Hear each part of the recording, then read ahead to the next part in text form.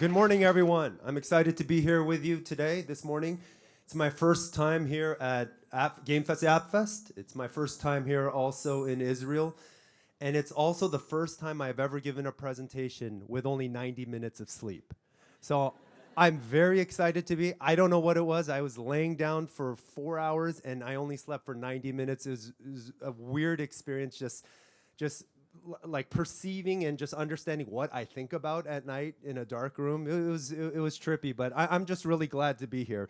So let's go ahead and get started. So I'm the CRO. I lead sales and marketing, and I've been at Data.ai for 8 years now, and it's been a fantastic experience. So those of you guys who may not know, we were at Benny before. We're Data.ai now. Some of you guys may be wondering why. Well, it's pretty simple. Mobile is very important, but we are looking at expanding beyond mobile. And also, you guys know we do third-party market data, and we're looking at expanding beyond that as well into potentially first-party solutions. So in anticipation for our expansion and our growth, our name has changed. It changed earlier this year. This statement is a little sobering for me, given that we live and breathe mobile. But when we look at mobile as a digital ecosystem holistically, it definitely has plateaued. Let's jump right into the data. So this is our forecast for 2022. Not done yet, but this is what we're forecasting. We're forecasting 5% year-over-year growth, right, in terms of installs. This is the second year in a row we have had single-digit growth. If you look at consumer spend in the App Store, this is the first year we are forecasting to have single-digit growth. This is for both iOS and Google Play globally. If you look here at time spent, so this is the total number of eyeballs looking at a mobile device globally, you see that it is continuing to grow, but this is the second year in a row where we will have single-digit growth. So if you look at all three of these metrics, installs, the amount of App Store spend, and total hours, you see for the past 2 years, you see we're starting to hit an inflection point. Now, if you actually take a moment to look at the percentage growth, it's a little more vivid here. You can see that we are in single-digit growth territory. How many of you guys have heard of the rule of 40? Like, yeah, some of you. Okay, so the rule of 40 is a standard of excellence for companies. If you are a startup company, and let's say you've been growing 40% plus, well, that's great growth. You can double your business in 2 years, and so you can go IPO if you can project and you forecast you're going to continue to grow at 40% year over year. Now, if you can't quite hit 40% growth, you can hit 30% growth and have 10 points of EBITDA or profit, and you get your 30 of growth, 10 points of EBITDA, you'll be at rule of 40. You can still go public, and investors will reward you for that. What we're seeing in the mobile space is a lot of M&A, consolidation, whatever you'd like to call it. You're seeing a lot of that because one of the reasons is it's really hard to hit the rule of 40. And so you're seeing it all over the place. What I would like to do is just jump real quickly into H1 trends because I think it'll be interesting, and then move on to some recommendations here. In H1, the primary trend is that the amount of time that we're spending on mobile is increasing, but the dollars are getting more challenging. So let's dive right in. So this right here are the top 20 markets, mobile markets globally. And if you look at the mature mobile markets, you see that the total time spent on mobile has increased. It's a positive trend. If you look at the developing mobile markets, you also see an increase in time. Just in H1, when you compare this year to last year, we do see growth. That's definitely a positive trend. If you look at just Q2 now, and you look at the major markets, we spent 5% more time looking at our screens on our devices than we did even 2 years ago when COVID hit. So this is another positive trend. However, if you look at App Store spend, you see for the mature mobile markets, you actually see a decrease when you compare H1 of this year to H1 of last year. Now, there are some anomalies. If you take a look here, both Brazil and Mexico, you see some pretty good growth. There is some pretty great, there's some exciting growth going on right now in LATAM as far as mobile is concerned. However, when you look at the top 20 markets, you see 18 out of the 20 are decreasing in terms of app spend in H1. There's another anomaly I want to highlight. In the United States, outside of games, when you look at non-games, so apps, you actually see a growth in App Store spend. Right? So this is another anomaly. But overall, the trend in H1 is more time on mobile devices, but less money. Right? It's getting harder to consume. Now, the one thing I do want to highlight is that this does not include advertising revenue. So that's another huge component. Advertising revenue, we're coming out with a product here in Q1. I'm probably not supposed to say it. My company will get upset at me, but we're trying to come out Q3, but then a few things happen, so it'll probably get pushed to Q1. What we're seeing for advertising revenue is that it still is increasing more than App Store revenue, but it is increasing at a decelerating rate. And in the future, we will see both App Store growth and also we'll be able to estimate advertising revenue as well. If you're feeling that it's getting harder and if you're wondering if it's getting harder, it actually is. Right? You guys, everybody knows what happened with IDFA. The App Store policies keep getting more stringent. Privacy regulations, you get new laws. It's getting harder. And the competition is getting more, I would say, more sophisticated, and it's becoming a more crowded market. So you guys have heard this. A rising tide lifts all boats, right? And a lot of times if you're in the right place at the right time, even though you're not doing a great job, you can benefit. Moving forward, this won't be true for mobile. Just because you're in mobile doesn't mean you're going to benefit from it. You're going to have to really execute and do an excellent job at what you do in order to benefit. Now, having said this, it's not all despair because mobile is still an incredible platform. I think it's the biggest and the most important digital platform that we have. And so there are waves of opportunity, even though the platform itself has plateaued. And so our recommendation, what I'm going to talk about here, is to find the crest and to avoid the trough. Right? And it's really important that you avoid the trough because it can be very painful. So I want to tell you a little something that happened to me last week to help illustrate why you need to avoid the trough. So last week, I was in Maui in Hawaii. We had our club trip there. So I had the privilege of hosting our top performers. It's a fantastic experience. We were at the Four Seasons, and we really try to take care of our top performers.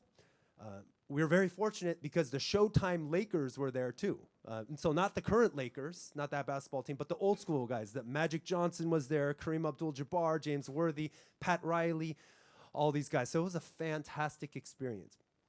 Now, while in Maui, there's a beach called Makena. It's a state beach. And this guy is at Makena Beach. It's called Big Beach. And it's beautiful. And the one thing, though, that's unique is that the waves don't start from further out. The wave just, it comes really close to shore. It gets really big, and it just crashes on you, right? So unfortunately, it's not a very surfable type of beach. And there are all these signs like, do not go out. And then even the lifeguards, as we were going out, saying, hey, don't. You got to be really careful, especially if you don't talk like you're a local. They'll be like, oh, you're not a local. You got to be careful. Anyways, I went in anyway because it was so beautiful, and I got smashed. And my boys said I disappeared for 7-8 seconds. I got pulled.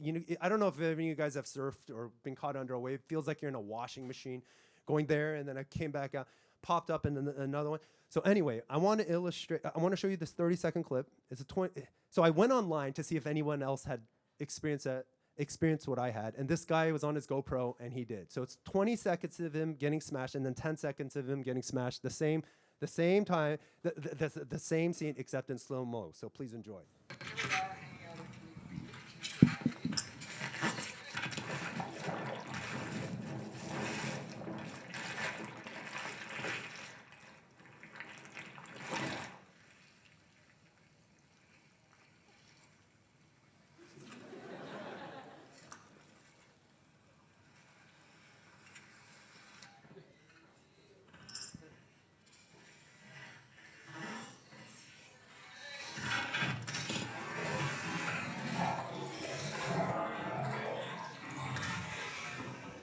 Right. So that might as well have been me. It's very painful. Now, on a personal level, if you get smashed by a wave, it's obviously painful. It's no fun. It can be very dangerous. But as a company, if you get caught at a trough and you get smashed, it could be catastrophic. So you want to make sure you avoid the trough. So let's go ahead and look at some crests and troughs here. So I'm going to take you through a couple of countries here. I'm going to kind of quickly. I think you guys will be able to get this content later, so you don't have to worry about it. But basically, what happened in H1? So if you take a look at the winners categories and all the genres there, you see that there's a lot of growth in travel apps. Makes a lot of sense because the US is opening up in H1. Entertainment and food and drink as well. So those are the winners. Now, when you look at the genres that had significant slowdown, these are the ones you probably want to avoid. However, I do want to point this out that if you are a B2B company, this may be a great opportunity for you. When companies struggle, when things aren't going well, they're frequently open to new ways of doing things and new solutions. So yes, it may be a trough for them, but it may be an opportunity for you. If you take a look at the UK, very similar in terms of categories. Travel, entertainment, and food and drink. It's nearly identical to the US. What I find to be interesting is in Japan. If you look at the health and fitness apps, specifically in the National Medical Service, you see significant growth. And also Japan has been opening up. So, like Disneyland has been opening up. So in Japan, so you see traction and a lot of growth there. Now, one of the things that was surprising to me was when you look at e-commerce, we had, especially C2C, we had seen some pretty strong growth the past 2 years in this category, and to see this shrink was definitely a surprise, at least for me personally. Now, let's talk about Brazil for a moment. This is exponential growth. This is what you want, right? This is like in Brazil, the tide is rising. It's a good place to be. You see amazing growth in food and drink, shopping. It doesn't matter what it is, entertainment. There is hyper growth going on in LATAM, specifically Brazil.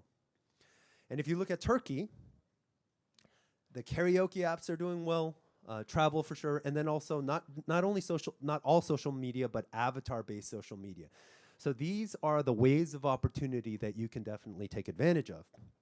Now I want to talk about the United States just for a moment, because I found this to be very interesting. Take a look at crypto trading apps, this genre here. You see amazing growth here, right, in 2021. And then this, in Q1 of this year, you start seeing a slowdown. In Q2, you see it kind of like fall off the map, right? And what does this mirror? This mirrors what's going on in the crypto market, right? If you look at financial news, you see this also mirrors what's going on in the markets. It appears that because the markets are going down, people don't want any more information and any more news about the markets. And also, this is related, people don't want to invest either. I'm done. I've lost a lot of money. I don't need to download any more apps that'll make me lose any more. So these are definitely, I would say, troughs. But what I didn't realize was there are opportunities here. So for instance, budget and expense tracker. I never even thought about it. Who knew that when the economy slows down, I mean, it makes sense now, but I wasn't thinking about it, that you would get all this traction with people who want to be more frugal and who want to be more responsible with their budget. And lastly, personal loans. Loans are harder to get. Interest rates going up, people looking for better rates. You see traction here. So there are opportunities here, even in the midst of a slowdown in the macro and also in the crypto market. All right, so I'm going to make an assumption here that you guys all have less budget and resources now than you did 6 or 12 months ago. Economy slowed down, you hear of layoffs. I'm just going to make that assumption here. And so it's really important that you sharpen your focus. You have limited resources. And so when you go to market, it's important that you operate with a higher level of sophistication, because you don't want, as I said, you don't want to waste resources.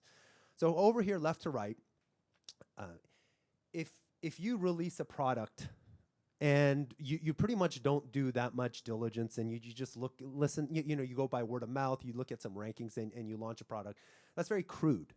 Most of you guys aren't doing that. Most people don't do that anymore, but it still does happen. We run into it. Now if you're doing actual competitive benchmarking, that's a step in the right direction. It's a smarter way to go to market. Now, if you're starting to use a robust taxonomy, you have a custom taxonomy, that's even better. And based upon signals in the data, if you're getting alerts, so it's being pushed to you, and that's kicking off a workflow, that's even better. But what I wanted to talk to you about is an even more sophisticated way to go to market, which I think is very exciting. So there's a company called Maiden Century. I don't think most of you guys have heard of them because they are an up-and-coming company, and they primarily service hedge funds and investors. But what they do an amazing job of is they aggregate about 25, 30 data sets, and they visualize this data for investors so that they can make good investment decisions. So one of the things that they'll do is they'll take, for instance, Visible Alpha's data set, and you see that up there. And there's this thing called consensus for those of you who may be familiar. And so it's basically consensus on the performance of your competitors, your partners. And that's one tool that you can use to help you as you go to market. But what I wanted to talk about is this is HHI, the Herfindahl-Hirschman Index. So what this is, this is used in the US by the Department of Justice and also the FTC, the Federal Trade Commission. Anytime there is an acquisition of, I believe it's 90 million, the FTC will review. And what they'll do is they'll do an HHI analysis on that market segment. So if the HHI is under 2,500, they just let it go. It means it's fairly competitive. If HHI is actually closer to 10,000, that means if it's 10,000, you basically have a pure monopoly. So what you want as a company is the inverse of what the regulators want. And Peter Thiel talks about this too. I don't know if you guys have read his book, but basically you want to go into markets where you can either be a monopoly or be in a market where you have a duopoly or something of the sort. As there's more competition, it basically erodes profits, and this is why investors look at this. The more competitive market, profit margins go away. Now, in this example, what we've done through Maiden Century here, and you can do this HHI analysis yourself, but what we've done here is we've taken DAUs, we've taken the top dozen or so video streaming apps, and we got their DAUs. Right? And we ran an HHI analysis. And one of the things you'll notice right now, as of August of this year, that the United States for video streaming is the most competitive out of the markets that you see here. And you see the European Union is the least competitive out of these markets. And one of the things you'll notice is that Brazil had virtually no competition for about a year, but in the past year, it started to get pretty competitive. So if you were a video streaming company, and you had limited resources, and you had to prioritize a market, this would be a great analysis for you to use to help you sharpen your focus and to get maximum bang for your buck. Now, this doesn't apply just for video streaming. Let's say you're a gaming company, you got some IP. You're wondering, should I create like a puzzle or RPG, RTS, whatever type of genre game? You can do the exact same analysis and see how competitive each market is, not only by genre, but also by actual physical market. So this is one tool in your arsenal that you can leverage in order to sharpen your focus as you go to market. The last recommendation I have here is to optimize imperfections. And so all the tools and data that you have, you guys know, nothing is perfect. Imperfections everywhere. We have them, we know it, we hear about it all the time. Our customers are like, hey, why do you do that? You suck here, like why? We hear it, right? You get frustrated customers, and sometimes, and when it's good, you don't hear anything, right? But the thing is, for every genre, we provide about two dozen KPIs per app. Which one of those is the best proxy for an app's performance or a company's performance. And so working with Made in Century, they've actually helped us do the analysis, and you can actually see for airlines, revenue passenger miles is the most important metric. And it so happens that DAU, not MAU, is the best proxy in our data set. For social media, it's obviously ad revenue, and time spent for us is the best KPI that serves as a proxy. So for each genre, you have to know which, like what part of our data is the most accurate reflection and the best proxy for performance. And sometimes, even between companies, it can be different. So data is not perfect, so you have to optimize towards these imperfections. So anyway, I'm going to summarize here. My time is up. So you guys saw mobile definitely has plateaued. You see it in the data. You see the strategic decisions that companies are making. It's hard to get to Rule of 40. And so it has plateaued. It's definitely getting harder. There's more competition. But having said that, there still are waves of opportunity, right? And so it's your responsibility to find the crest and to avoid the trough. Right? As a result, the second recommendation we have is to to sharpen your focus, because it is a more competitive market. I talked about HHI. There are other things that I'm happy to talk to you about as well. But these are the tools that you want to implement as you go to market. And lastly, we just talked about this, optimize for imperfections in your tools and your data. So with that, thank you very much. I really appreciate it. Glad to be here with you.